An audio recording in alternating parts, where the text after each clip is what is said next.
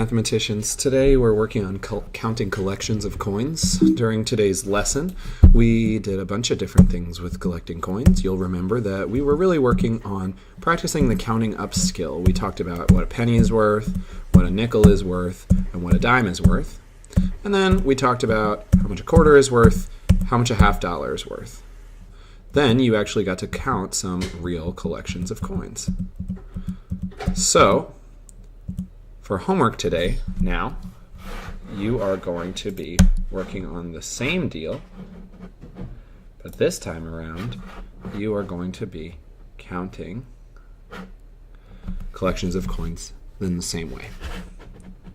All right, so let's take a look at some examples now. So, let's say that I give you this collection of coins. You got a $50, couple of quarters, some pennies,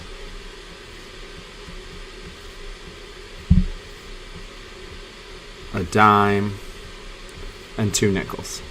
It's a bunch of coins.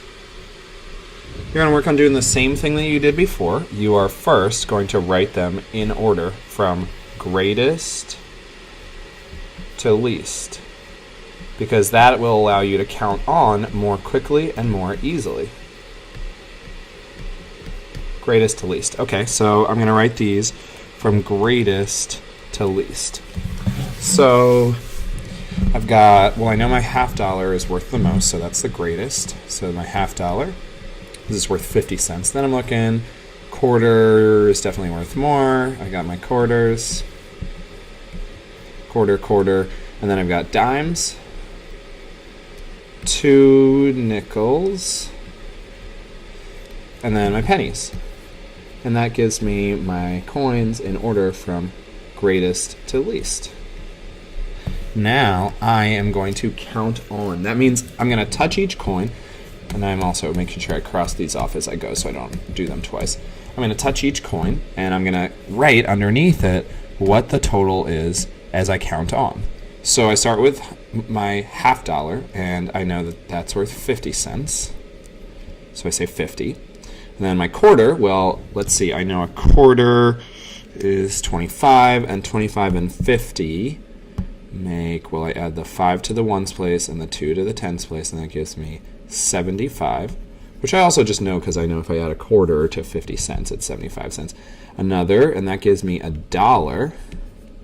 Now I keep counting on. Now this means $1.00. So I know now I have $1, and if I have a dime, it's 10 cents because it gives me 10 more cents.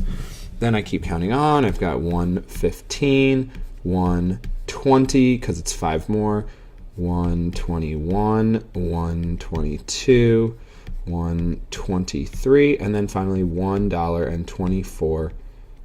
And I put a dollar sign there just to make sure I know what it means. So I wrote my coins in order, and then I counted on. Even though it went higher than $1, I still was able to do it pretty easily because I was counting on. Okay, so take a moment, write that down, make sure that's what you've got written down. Go. All right, so let's move that out of the way, and now I'm going to give you a new challenge. So, giving you 4 challenge problems. Here are 4 quadrants. Let's get them started. Here is 1, 2, 3, and 4. Okay, so I'm going to give you collections of coins. Then you need to make sure that you are both writing it in order from greatest to least and then counting on. So here are your collections of coins. All right, there are your collections of coins. Go ahead and get started. Remember to make sure that you put them in order from greatest value to least, and that you then count on all 4 of these. Go ahead and get started.